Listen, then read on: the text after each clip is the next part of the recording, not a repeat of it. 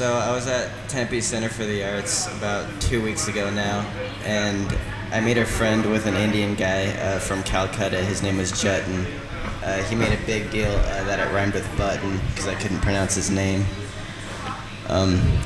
So we talked for about 30 minutes, and then I had to go. So I'm walking down Mill Avenue about 30 minutes later, and I see Chapman outside the 414 bar. So I wanted to go say hi to him because I don't know anyone down here. So I went to high five him. I was like, "Hey, what's up, Chapman?" And the guy looked at me, and he looked really confused, and he was like, "What did you call me?"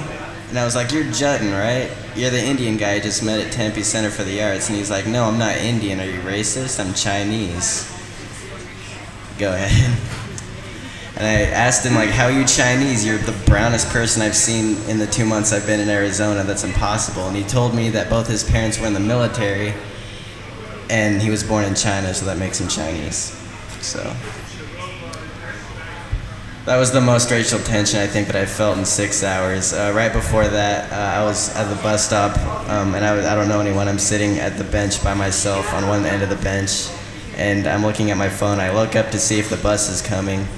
And as soon as I look up, this frail old black lady looked right, she was right in my line of vision. She looks directly at me and she says, "Excuse me, I'm sorry," really gently, and then she sits on the opposite end of the bench. This is weird because I had my headphones on, so she didn't know if I could hear her or not. She just said sorry for some reason. And this lady, she was like 90 years old, so I can understand why, but I don't know. So I ride public transportation a lot, and I was on the light rail a couple days ago. I saw this girl step on the bus. The first thing I notice about a person is their eyes, and she had these really bright blue eyes. They looked like diamonds to me. And about 5 minutes went by, and then my stop was coming up, so I had to get off. I wanted to say something to her, though, and I knew nothing was going to happen, but it felt right to say something, I guess, because I feel like you should turn a good face to the people that you meet. So what I wanted to say to her was, "Your eyes look like diamonds." But I ran that through my head one more time, and that didn't sound as smooth as I wanted it to, I think. So I started to say, "Your eyes look," and right as I started making the L sound, I changed my mind and I said instead, "Maybe your eyes kick ass" would be a little more appropriate. But my mouth was already running and there was no stopping my mouth. So when I wanted to change my mind, what I actually ended up saying was, "Your eyes lick ass." And then I just stepped off the light rail right away, and I didn't sleep that night. I just watched it go into Phoenix, and it was not good.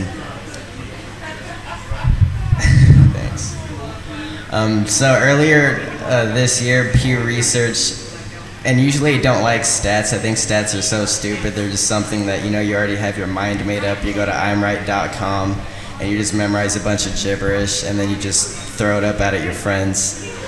But I think this stat is significant, and it's that Pew Research came out this year and said that 54% of American families are divorced. And out of everyone else that's left, 60% of us are considered dysfunctional. So that means we're the majority. And I am part of the majority. My parents were split up. My parents have been divorced since I was 2. So I don't have memories of their split up. It never bothered me. I never had a lot of questions or tears or heartbreak. But one thing I did have a lot of was Christmases. Christmases are really fun for me. And Christmas is a really good time of year because it's the one day a year you can make your parents both feel really good about themselves and really bad about themselves. So what I would do is I would write a fat list of presents. I would split it in half, give one list to my mom, one list to my dad, not tell either one of them. And then I'd know that I would get at least most of what I wanted. And neither one of them knew that I'd switched up the list, so they were always competing over each other, so that was fun. And that's all I ever thought about it as a kid, because when you're a kid, you don't have anything to worry about. It's just wee. So that's one reason for me why birthday also rhymed with payday. That was easy, $100 for me to make. And there's two sides to divorce too, by the way. There's the fun side of divorce, and there's the sad side of divorce. And I got the fun side, what with the Christmases and the birthdays and the money and all that. But I guess I want to talk about the sad side of divorce, which is actually marriage. Because I was talking to a buddy of my dad's about 6 months ago. I was at his house, we were at a party, and at the time I had a girlfriend for about 5 years.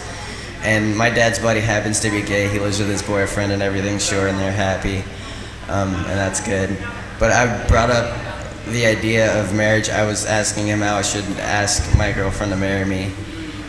And I can't make this up. This is exactly what he said. This is 100% true. He looked at me and he's like, dude, why would you get married? That's so gay. Like, what, you have to, I asked him why, and he said you just have to set up a date in advance. It's often months or years in advance, and then you have to set up the cake, and there's the priest, and then there's all the flowers, and the dancing, and the reception, and the family, and the friends, and yada, yada, yada. He said you should just do your own thing. And legal marriage in this state is, well, I think, what is it, is gay marriage legal now? I think it was legalized this year, but they're not married. They just said that you should do your own thing because marriage is a waste of time, especially if you end up getting divorced, which is a lot of money. And doing your own thing and everything, that would be fine. I was thinking about it, but I can't really do my own thing because it's really hard to keep a job and a girlfriend and a house when your thing is waking up at noon, blazing a bunch of bulls and binge watching Breaking Bad. So that's my thing. Thank you. I think that's actually all the time I have tonight, but you guys are really fun. Thank you. Wyatt Earp. That's it.